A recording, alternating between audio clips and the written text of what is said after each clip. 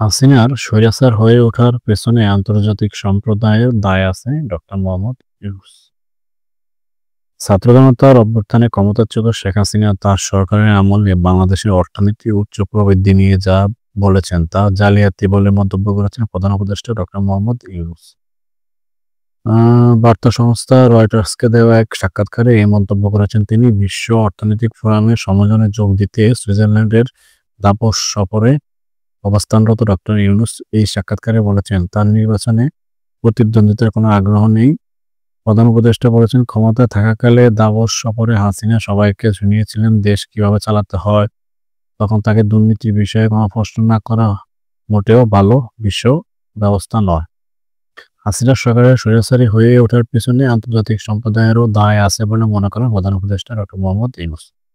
Doctor Yunus আরও জানান, বাংলাদেশ ভারত সম্পর্ক যতটা সম্ভব শক্তিশালী হওয়া উচিত।